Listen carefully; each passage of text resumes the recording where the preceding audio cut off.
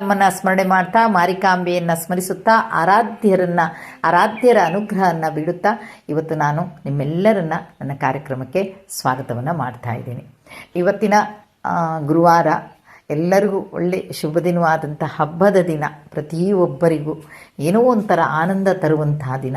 ಆದರೆ ಪ್ರತಿಯೊಬ್ಬರಿಗೂ ನಾವು ಇವತ್ತು ಪೂಜೆಯನ್ನು ಮಾಡಿದಾಗ ಕೆಲವೊಂದು ವಿಷಯದಲ್ಲಿ ಏನಾಗುತ್ತೆ, ಡಿಲೇ ಆಗುತ್ತೆ, ಅಥವಾ ನಾವು ಪೂಜೆ ಮಾಡಿದಷ್ಟು ರಾಯರಿಗೆ ಕೇಳ್ತಾ ಇಲ್ವಾ, ಅಥವಾ ಒಂದೆರಡು ಪೂಜೆ ಮಾಡಿಲ್ಲ ಆದರೆ ಯಾವ ಪೂಜೆನೂ ನಮಗೆ ಫಲ ಕೊಟ್ಟಿಲ್ವಾ ಅಂತ ಈ ರೀತಿ ವೇದನೆಗಳಾಗೋದು ಸಹಜ.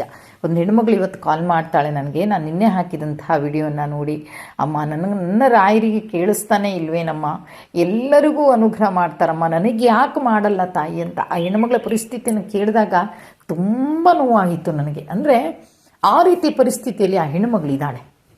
ಆರೋಗ್ಯ ಸರಿ ಇಲ್ಲ, ಆಧಾರ ಇಲ್ಲ, ಮನೆಯಲ್ಲಿ ಮಗು ಒಂದಿದೆ, ಏನೇನು ಪಾಪ ಅದನ್ನು ಕೇಳಿದಾಗ ತುಂಬ ನೋವು ಆಯಿತು. ಆದರೆ ನಾನು ಒಂದು ವಿಷಯನ ಹೇಳ್ತೀನಿ, ಪ್ರತಿಯೊಬ್ಬರಿಗೂ ಹೌದು, ಕುಗ್ಗಬೇಡಿ, ಕುಗ್ಗಿಸುತ್ತೆ, ಒಂದೊಂದು ಸಲ ಕುಗ್ಗಿಸುತ್ತೆ. ಆ ಕುಗ್ಗೋ ಮಧ್ಯದಲ್ಲೂ ರಾಯರಿದ್ದಾರೆ, ನನಗೆ ರಾಯರಿದ್ದಾರೆ ಅಂತ ಅನಿಸುತ್ತೆ ಅಲ್ವಾ. ಕುಗ್ತಾರೆ ಮನುಷ್ಯ. ನಾವು ಎಷ್ಟೇ ಇದಾದರೂ ಸಹಿತ ಯಾವುದಾದ್ರು ಒಂದು ವಿಷಯ ಬಂದ ಕೂಡ ಸಡಕ್ನ ಕುಸಿದು ಬಿಡ್ತೀವಿ ನಾವು. ಆಮೇಲೆ ಮತ್ತೆ ಎದ್ದು ನಿಲ್ತೇವೆ ನಾವು, ಇಲ್ಲ ನನ್ನ ಜೊತೆಗೆ ರಾಯರಿದ್ದಾರೆ, ನಾನು ಯಾಕೆ ಹೆದರಬೇಕು, ಏನೋ ಒಂದು ಮಿರಾಕಲ್ ಮಾಡ್ತಾರೆ ನನ್ನ ರಾಯರು ಅಂತ ಅಲ್ವಾ. ಹಾಗಾಗಿ ನಾನಾದರೂ ಆ ಹೆಣ್ಮಗಳಿಗೆ ಹೇಳಿದೆ, ನಿನಗೊಂದು ದಾರಿ ತೋರಿಸಿ ಆಗಿದೆ, ಆ ದಾರಿಯಲ್ಲಿ ಖಂಡಿತ ಹೋಗು, ನಿನಗೆ ಒಳ್ಳೇದು ಆಗೇ ಆಗುತ್ತೆ ಮಗ. ಏನೂ ಆಗದೆ ಏನು ಹೀಗೆ ಅಂತ ಕೂತ್ಕೊಂಡ್ರೆ ಹೇಗಾಗಬಹುದು ನಿನಗೆ. ನನ್ನ ಆಲೋಚನೆ ಪ್ರಕಾರ ನಿನಗೆ ಅದು ರಾಯರು ತೋರಿಸ್ಕೊಟ್ಟಿರುವಂಥ ಒಂದು ದಾರಿ ಅಂತ ಅಂದ್ಕೋತೀನಿ. ನಾನು ಗೊತ್ತಿದೆ, ನಾನು ಒಂದು ವಿಡಿಯೋ ಮಾಡಿದ್ದೆ ಇಂಥ ಒಂದು ಸ್ಥಳಕ್ಕೆ ಹೋಗಿ ಅಂತ. ಆ ಸ್ಥಳದ ವಿಷಯನ ಹೆಣ್ಮಗಳು ಪಾಪ ನನ್ನ ಹತ್ರ ತಿಳ್ಕೊಂಡಿದ್ಲು, ಜೊತೆಗೆ ಹೋಗೋಕ್ಕೆ ಏನು ಅನಿವಾರ್ಯ ಆಯಿತು ಗೊತ್ತಿಲ್ಲ ಪಾಪ. ನಾವು ಒಟ್ಟಾರೆ ಹೇಳುವಂಥದ್ದು ಅಲ್ಲ, ಏನೂ ಅನಿವಾರ್ಯ ಆಗಿರಬೇಕು. ಆಗ ಇವತ್ತು ಕಣ್ಣೀರನ್ನು ಹಾಕಿದ್ಲು. ಅದು ಕೇಳಿದೆ, ಏನೇ ಆಗಲಿ ನೀನು ಫಸ್ಟ್ ಅಲ್ಲಿಗೆ ಹೋಗ್ಬಾ, ಅಲ್ಲಿಗೆ ಹೋಗಿ ಬಂದರೆ ನೀನು ಖಂಡಿತ ಆರಾಮಾಗತ್ತೆ, ಜೊತೆಗೆ ರಾಯರು ನಿನಗೇನೋ ಒಂದು ದಾರಿ ತೋರಿಸಿದಾರಂತ ಆವಾಗ ಗೊತ್ತಾಗುತ್ತೆ. ಮಗ ಅಂತಲೇ ಅಂದೆ, ಪಾಪ ಮಗ ಏನಕ್ಕೂ ಅಳಬೇಡ, ಚಿಂತೆ ಮಾಡಬೇಡ, ರಾಯರು ತೋರಿಸ್ಕೊಟ್ಟಿರುವಂಥ ದಾರಿ ಇದೆ ಅಂತ ಹೋಗ್ಬಾ ನೀನು ಅಂತ ಅಂದೆ. ಅದಕ್ಕೆ ನಾನು ಹೇಳ್ತೇನೆ, ಕೆಲವೊಂದು ದಾರಿಯನ್ನು ರಾಯರು ತೋರಿಸ್ಕೊಡ್ತಾರೆ ನೋಡಿ. ಎಷ್ಟೋ ಜನರ ನೀವು ನೋಡಿದ್ದೀರಾ, ರಾಯರನ್ನು ನಾವು ಪೂಜೆ ಮಾಡ್ತಾ ಇದ್ರು ಸಹಿತ ನಾವು ಮತ್ತೊಂದು ಕ್ಷೇತ್ರಕ್ಕೆ ಹೋಗ್ತೇವೆ, ಆ ಕ್ಷೇತ್ರದಲ್ಲಿ ನಮಗೆ ಪರಿಹಾರ ಸಿಗುತ್ತೆ.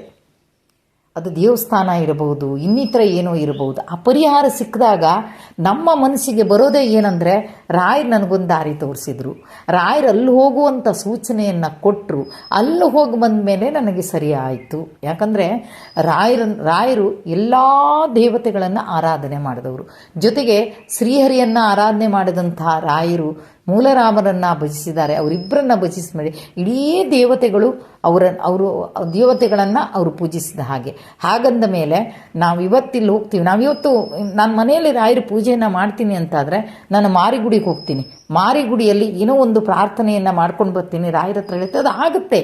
ಆಗ ನನಗನ್ಸೋದೇನೆಂದರೆ, ರಾಯರು ನನಗೆ ತೋರಿಸ್ಕೊಟ್ಟಿದ್ದಾರೆ, ಮಾರಿಗುಡಿಗೆ ಹೋಗಿ ಪೂಜೆ ಮಾಡಿಸ್ಕೊಂಡು ಬಾ ಅಂತ. ಅದಕ್ಕೆ ನಾನು ಹೇಳೋದು, ಪ್ರತಿಯೊಬ್ಬರಿಗೂ ಹೇಳ್ತೀನಿ, ಪೂಜೆಯನ್ನು ಮಾಡಿ ಅವರೊಂದು ದಾರಿಯನ್ನು ತೋರಿಸಿದಾಗ ಖಂಡಿತವಾಗಿಯೂ ಆ ದಾರಿಯಲ್ಲಿ ನಡೀರಿ. ಆ ದಾರಿಯಲ್ಲಿ ನಡೆದಾಗ, ಆ ದಾರಿಯಲ್ಲಿ ಹೋದಾಗ ಫಲ ಖಂಡಿತವಾಗಿಯೂ ಸಿಗುತ್ತೆ. ನಾನು ಏನು ಬೇಡ್ತಾ ಇದ್ದೀನಿ, ನನಗೆ ಈ ಕಷ್ಟಗಳನ್ನು ದೂರ ಮಾಡೋದು, ಇಂಥ ವಿಷಯಗಳನ್ನು ದೂರ ಮಾಡುವಂಥ. ಆ ದೂರ ಮಾಡು ಅಂದಾಗ, ದಾರಿ ತೋರ್ತಾ ಇದೆ ಅಂದಾಗ ಮುಂದೆ ಸಾಗಬೇಕು ಅಷ್ಟೆ.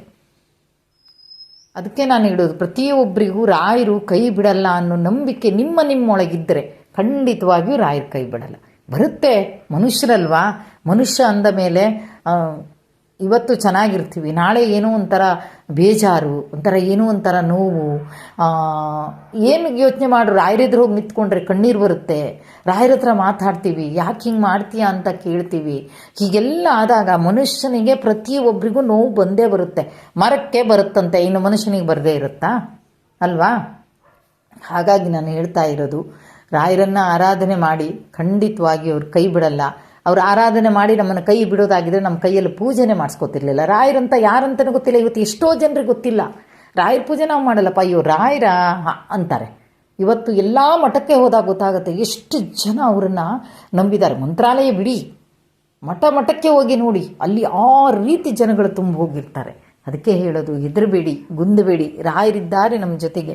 ಖಂಡಿತವಾಗಿಯೂ ರಾಯರು ನಮ್ಮನ್ನು ಕಾಪಾಡ್ತಾರೆ, ಧೈರ್ಯವಾಗಿರಿ ಅಂತ ಹೇಳೋದೆ ನನ್ನ ಇವತ್ತಿನ ಒಂದು ನಿಮ್ಮ ಜೊತೆ ಆಡಿರುವಂಥ ಮಾತು. ರಾಯರಿದ್ದಾರೆ, ಹೆದರಬೇಡಿ, ಎಲ್ಲದಕ್ಕೂ ನಮ್ಮ ರಾಯರಿದ್ದಾರೆ, ರಾಯರಿದ್ದಾರೆ, ರಾಯರಿದ್ದಾರೆ.